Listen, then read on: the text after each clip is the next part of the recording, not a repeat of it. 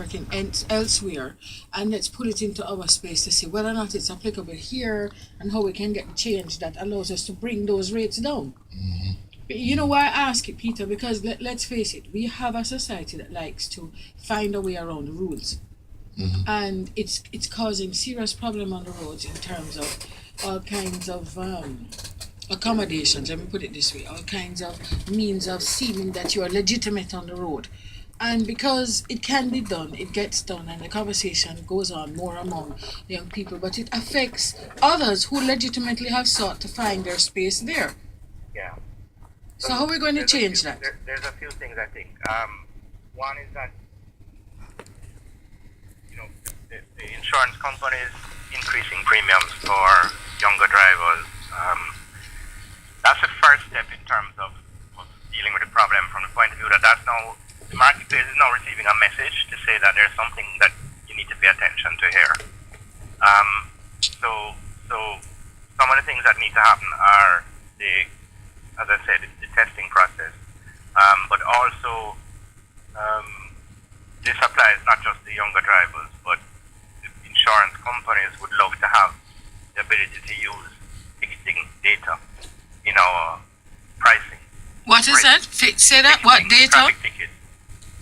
Traffic tickets. Oh, yes. Ticketing data. Okay. Yeah. Because whenever we talk about age or occupation or gender, those are just proxies. Those are groups that have a tendency or might have a tendency to a particular behavior. But something like traffic tickets is a direct reflection of that behavior. So we'd much rather go straight to the behavior and say, okay, if you get 3 tickets in 2 years, you're going to pay more premium. Yes. But as you said, that what kind of ticket though? Because look here, you can have a ticket for failing to stop at a stop sign as against a seatbelt. Suppose I have 3 tickets for seat belting. Is that going to ramp up my premium?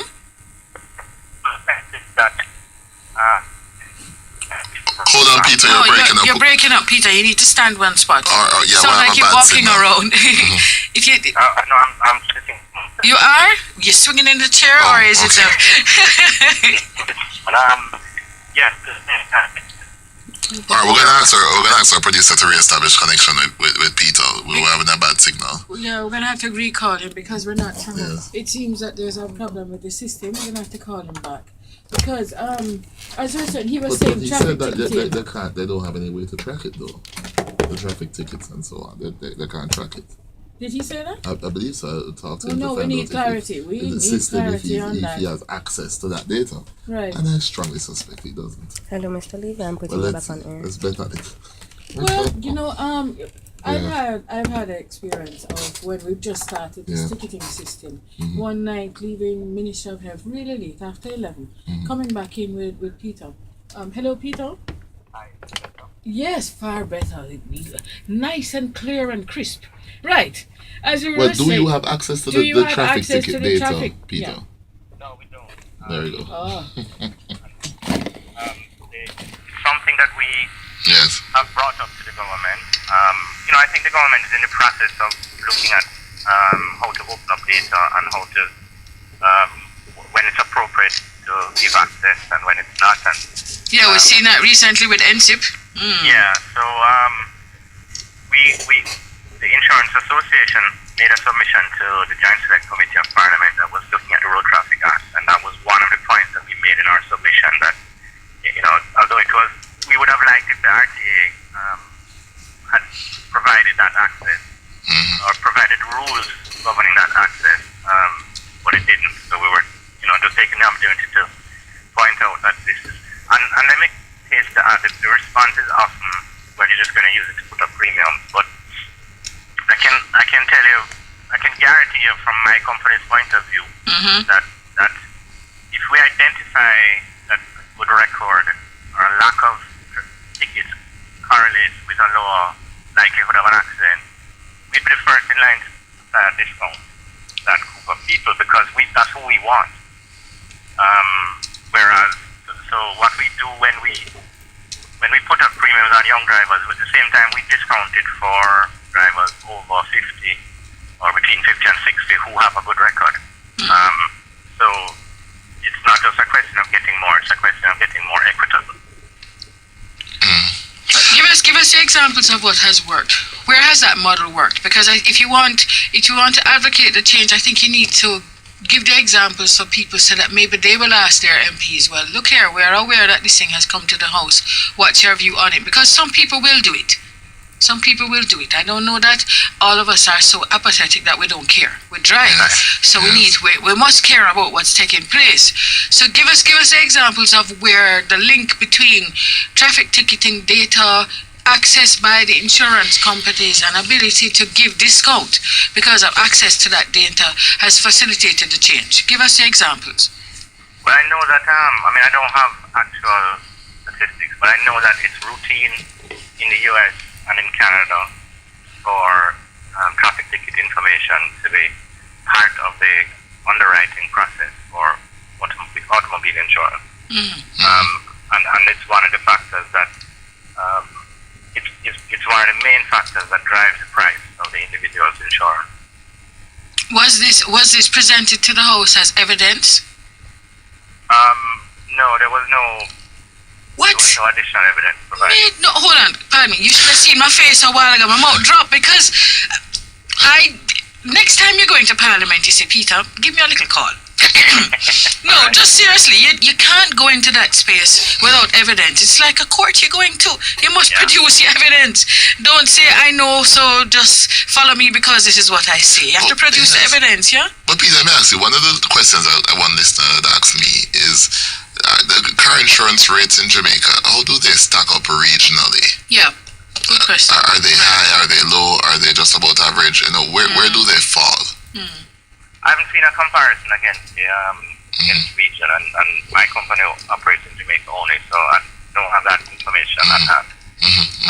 I know that they tend to be a lot cheaper than the US, because the US is very litigious, as you know, and it's you end up in court at the drop of a hat. Right.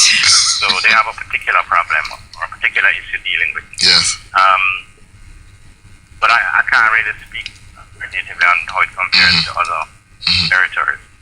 Well, what about the issues as it relates to fraud? I know the insurance companies are that's your biggest having threat. a lot of issues as it relates to fraud going on. About fraudulent insurance papers, right. For example.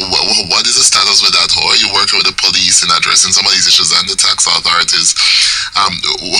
What's the solution for that?